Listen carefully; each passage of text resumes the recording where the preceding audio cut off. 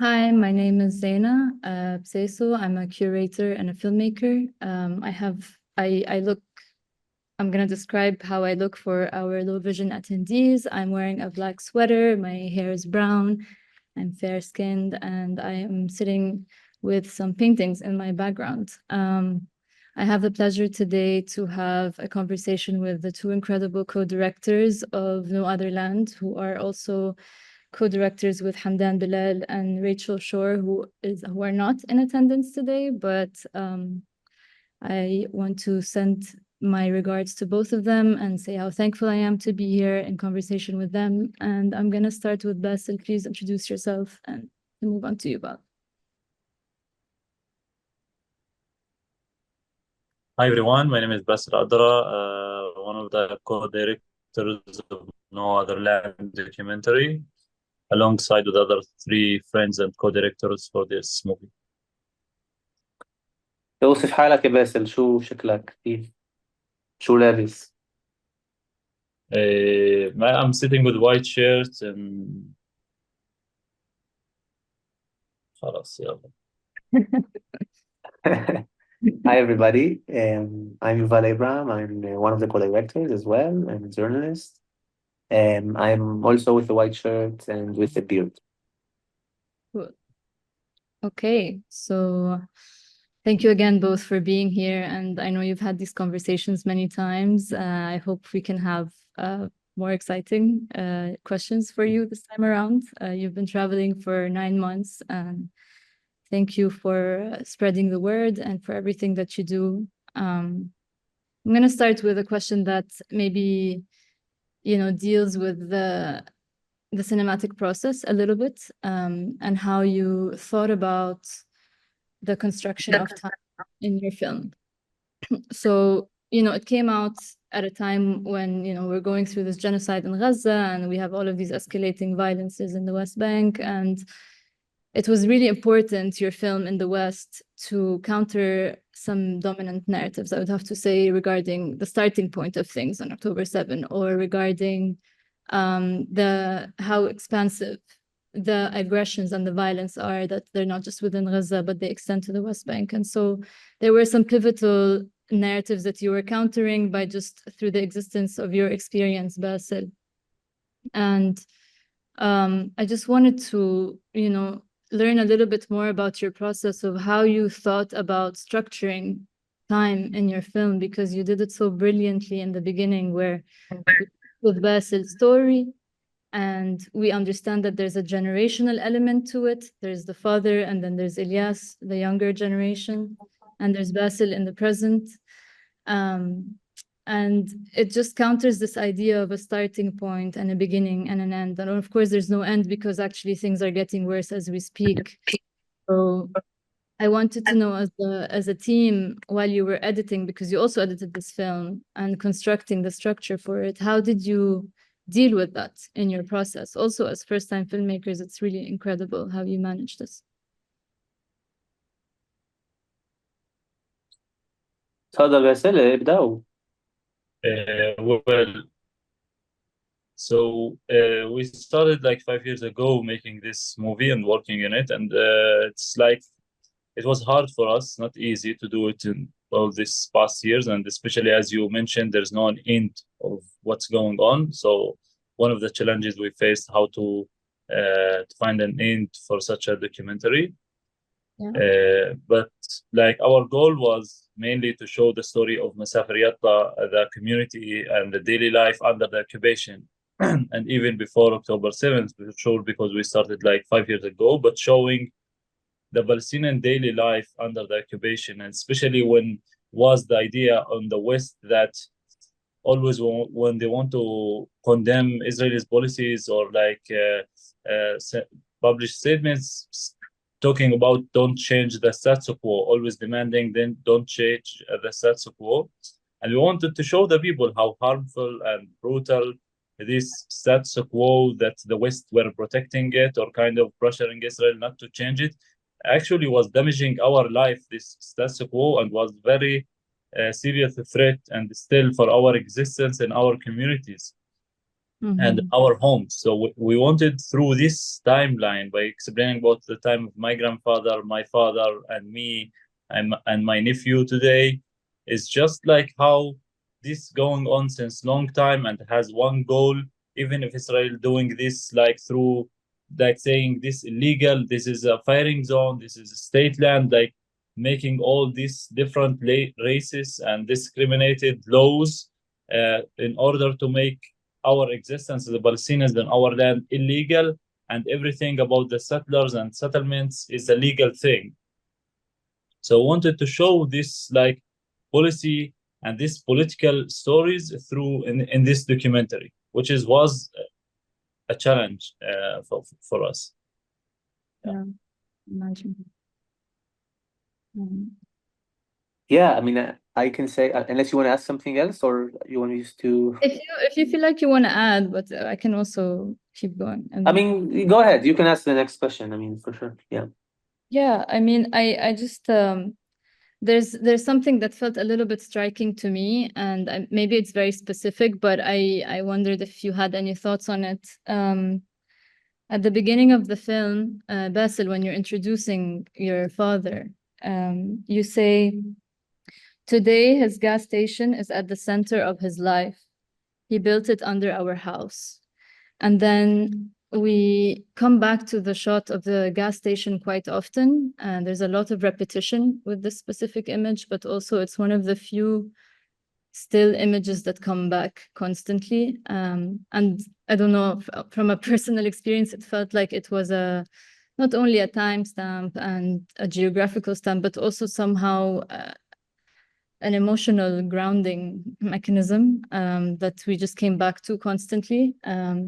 So I just was curious about why you decided to repeat that shot many times and come back to it, and if it had any relation to the presence of your father in the space. Yeah, it is the presence of my father, and also show like explaining about my father. You see him different times being like being beaten up, being arrested, taken away by the military, and also explaining about the past when he was taken from our home during be arrested as well. And I wanted to show that he's an activist, but also is mainly focusing on the gas station, usually in his usual life. And when something happens, he run to go, and sometimes he get arrested. So as an activist, he committed to activism, but also have like his life that it's all that, as we are explaining, the gas station became the heart of his life. And also it's a scene and other scenes in the movie to show balance between the violence and the regular, like the community and the people like my father and other people in the community trying to move on with their life and trying to find moments where they're living and they continue their work, the children continue to go to school, the landscape of the community. So it's balancing between that. You want the people not all the time to be like watching violence, and that this community just all the time like you see only violent scenes, but I mean the audience need to see also other beautiful moments, balance between the violence and and to feel with the characters in the documentary.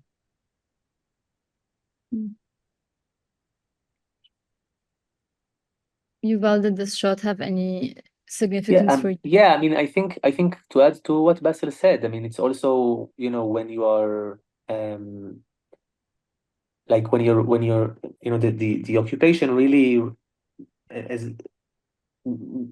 it erases the community. It really makes it sort of unstable. It tears it apart, like in a very literal way, like house after house after house. And in a way, the film also as a film, is very much like much of the film is these scenes that are filmed by Basil or by myself or by the other co-directors, and it's very like we for 5 years we are chasing bulldozers and holding the cameras in our hands, and it's very like disorienting in a way. And like the gas station is I think in a truthful way really the center of Basil's father life. At least it was for when the years when we were making the film, but also it serves as a way to center the film a little bit, so that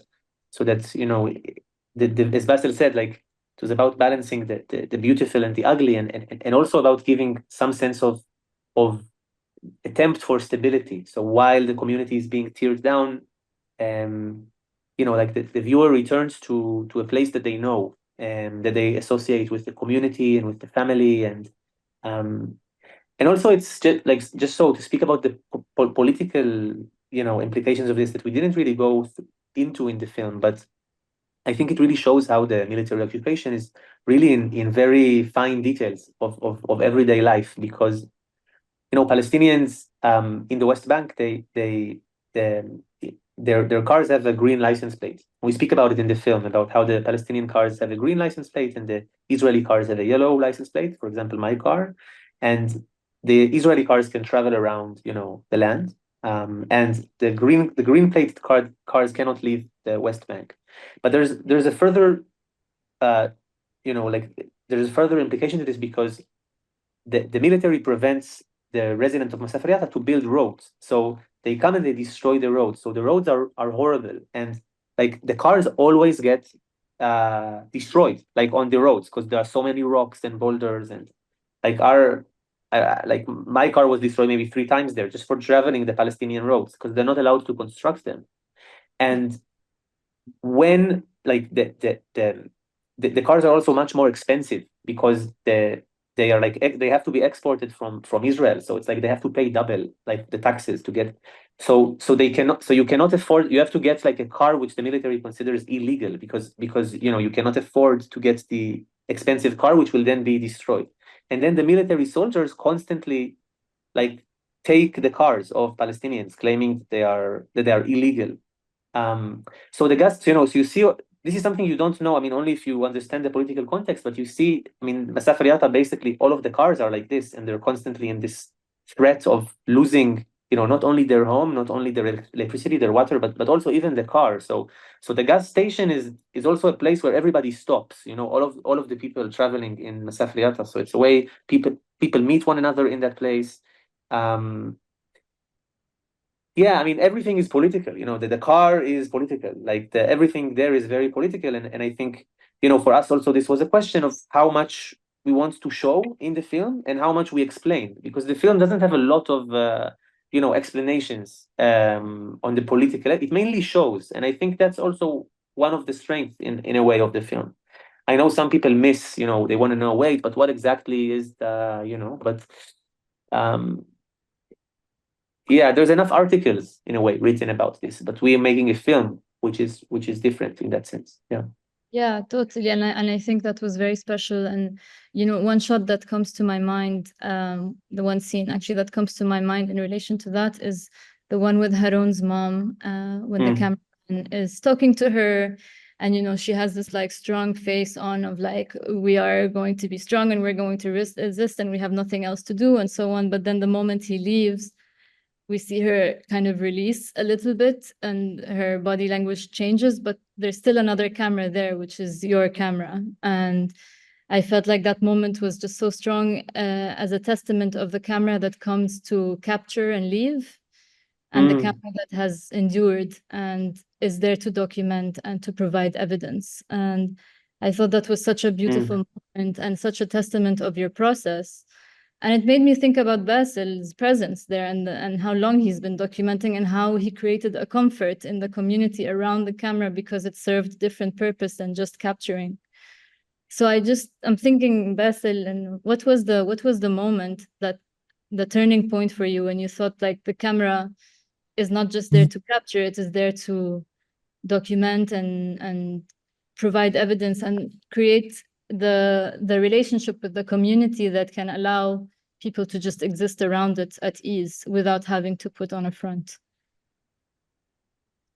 Yeah, first of all, like the camera it's for real almost the only tool beside our steadfastness on our land to have it, to confront this brutality and to film it. Yeah, in the first line we do this for evidence because many times people get arrested or ended up in jail for lies by either settlers or soldiers. When they come to attack Palestinians, they will claim the opposite.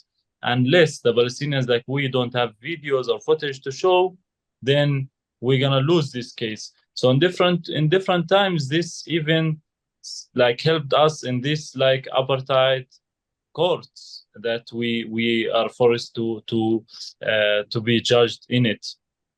This Yeah. helped my father. This helped like different people around the community. In the second level, yeah, we document it. For me as an activist as well, is to show to the world that trying to deny the reality of what's going on or try to lie about what's going on the ground. So we filmed this to show to the world that Harun was shot in his neck only because he tried to have an electricity generator.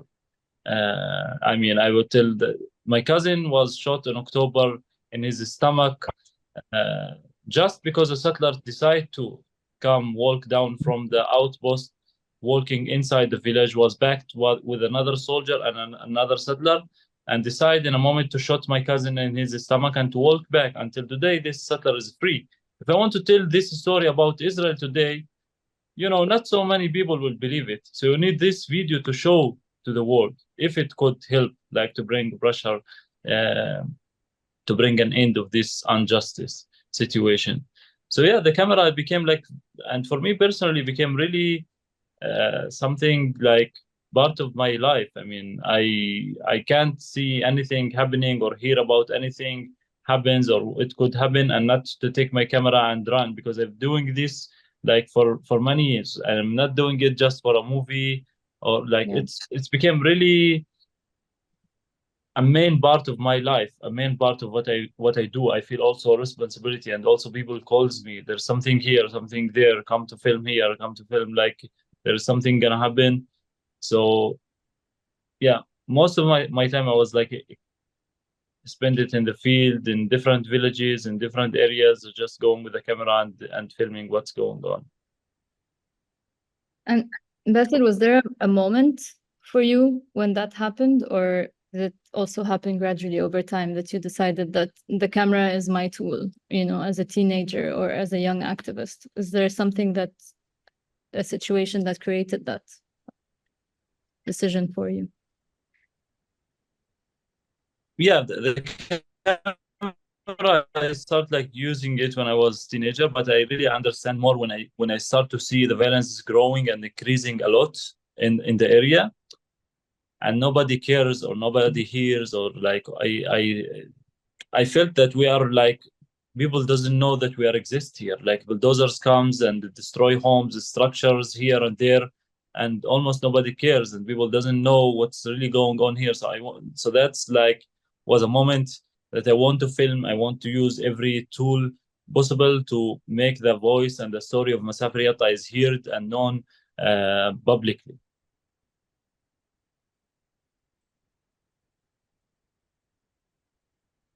How was it for you, Yuval, just over time, overcoming the tensions of being there and then creating, a sense of, I don't know if the right word is intimacy, but a sense of comfort around the community? Did that ever exist, or were there always a sense of tension around you being there? No, I mean, I'm happy to hear what Basil thinks, but for me, the way I felt it is specifically like the Masafer Yatta community is really amazing. Like I not just me, like this is an area in the West Bank which is very unique in the sense that the community is really acceptive towards activists, whether they are international or Israeli activists who come, with and have very clear political values and that are shared with the community. And like very quickly, like I honestly, like I came to know Basil's family and like his mother, which is one of the most amazing like people that that I met, and like his father, and I was made at home, like really, really in a way, like I was really made to feel at home, really in a very moving and touching way. Like I was constantly amazed by it. Like this, I think for myself, like if I grew up there, like I might maybe not have been so acceptive towards somebody coming from the outside, but I think and Basil speaks about this as well, but like there's like a sort of generational thing there, because it's not the first time that something like this happens. There's already like 20 plus years of activists in the area. So in a way, it's not it's not weird in that regard. But of course, there is always a constant tension that one of the reasons why we are showing both my character and Basil's character in the film, and one of the reasons that was important for us is to really show this power imbalance. I mean, it's funny, like we described how we look in the beginning. Like I look at Basil and I see myself, like we are the same age, we look the same, like, but we're living under one country that places us under two different systems of law. Like Basil is under military occupation, I'm under civilian law. Like everything that I saw happen to Basil and his family over the past 5 years can never happen to me. Like soldiers cannot barge into my home at night and kidnap me or destroy my house because it's doesn't have a permit according to a foreign military that controls it. So and so many, everything has been already written about this situation, which we call apartheid, because of this dual system of law for two populations. But for us, the film, I think, shows it in a very sort of intimate and human way. And we were interested to explore that as well. And we view the film as a form of co-resistance, but it's not something that can be, in my mind, taken for granted when the reality is so imbalanced and unequal. And yes, there is tension, of course, that exists. And I mean, we have a scene in the film where Hamdan tells me, like, it could be your brother or your friend who came in and destroyed my house. And this was an important scene for us to put in the film because obviously that very much exists as well. But it's a very nuanced thing because the community itself, as a community, really took this decision decades ago as a form of struggle, and it's something I feel that is very much present. I don't know if you've ever been to Masafer Yatta or if you, but it's something that's very strong in the community, at least the way I feel it. Yeah, and I really appreciate how you address as many nuances as you can around this idea of solidarity, but also what it means to make a film as Israeli and a Palestinian right now. But and you've dealt with a lot of controversy around that on both ends. I think the controversy is also on the internet and people can go and look into it, but I wanted to know what it meant for you now in terms of image making and how you're thinking about working from the moment you released the film until now. I know Masafer Yatta has been escalatingly going into a worse condition. Are you able to continue filming? Has your relationship with filming changed after making a cinematic piece? How do you reflect on this experience in general? And I'm sorry, we're almost out of time, but I just curious about how you're reflecting on this whole experience in general and where you're taking it.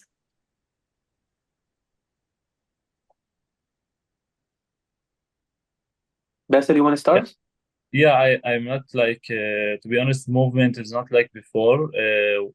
Everything changed on the ground. Moving with the camera, it became more scary. A lot of people got tortured. The people that I know for having trying to film with their phones or with cameras have been arrested and kidnapped and beaten up by soldiers. So it became more scary. Driving between communities, it's almost impossible with the closings that they are making, also between a community and another, and the community and the city, with all what's going on, since many of the settlers became also the soldiers themselves and became the ones that holding all the power and controlling everything, and they've been building everywhere they can outposts and destroying every place that they can, homes, water wells, and roads.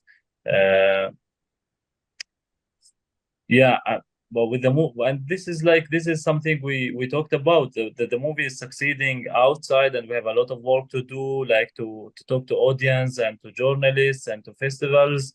But it's sadly it's not helping the situation on the ground. The opposite, the situation like moving wars everywhere. I mean, in Gaza, it's like the priority with like seeing people being massacred every day. It's really horrible, and like don't leave any hope, to be honest, for a better future or for a good life.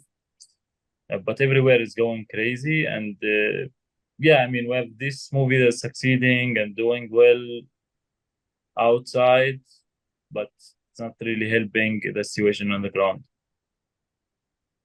Yeah, no, it makes sense. Yuval, where do you stand? Yeah, I mean, it's really, I don't know, I'm thinking about it all day, you know, like what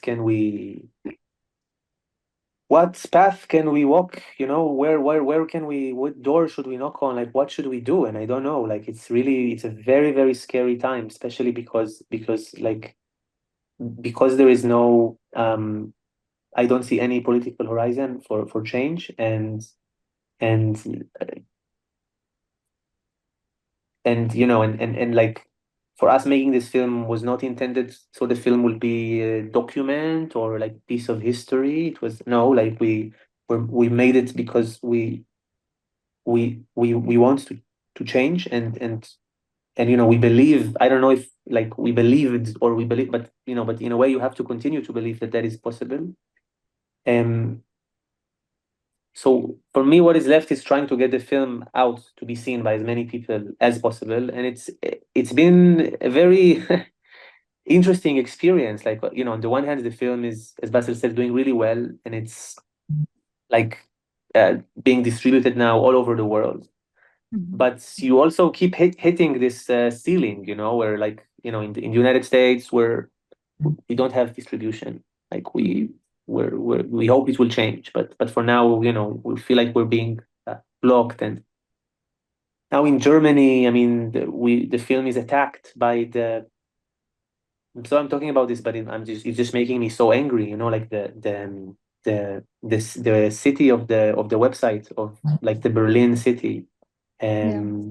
now just wrote, like they describe the film and they're writing the film which has anti-Semitic tendencies. And I think about like, you know, the mayor of Berlin, who is likely behind this, is like this far right German politician, like Christian politician. Like how really, like I think of my own family's history, and you know, most of my family murdered in the Holocaust, and how real anti-Semitism is and how important it is to speak about. And how are they using this word to describe like a film like ours? You know, like anybody who watches it, you know, it's understands, like, you know, how far away it is from that crazy accusation, just to silence people who are, you know, critics of Israel's occupation. And it's and this is another example of how, you know, really cynical and disgusting politics are like, you know, trying to bring us down in a way, to bring the film down and not get it out there. And that's frustrating because, like, you know, I think of I saw Basel maybe almost die twice when filming. Like literally, it takes so much courage to do this, and you know, you work for years and years and years to make the film, and in the end, you know, these cynical politicians or people who are like more interested in capitalism and making money and are afraid to touch, you know, political topics or sensitive topics, what they would call so-called sensitive topics, like, you know, they use their power not to speak with you, but to block your voice from even being heard, you know. So it's not even having a conversation. It's like, no, like this film is, you know, there's like an X on it from the beginning. Yeah. So that's also happening, and it's frustrating. But on the other hand, you know, the film is also very much succeeding, and you know, we are receiving recognition. So yeah, it's I never imagined we will reach this point, you know. So it's like, yeah, I'm not too sure what to add. Yeah. Yeah. Well, I have so many more questions, but I think we're out of time, sadly, and I don't want to make you guys late for your screening. So I want to thank you both again, and Rachel and Hamdan, for your incredible work and everything that you've put yourself through to finish this film. And thank you. Thank you. Thank you.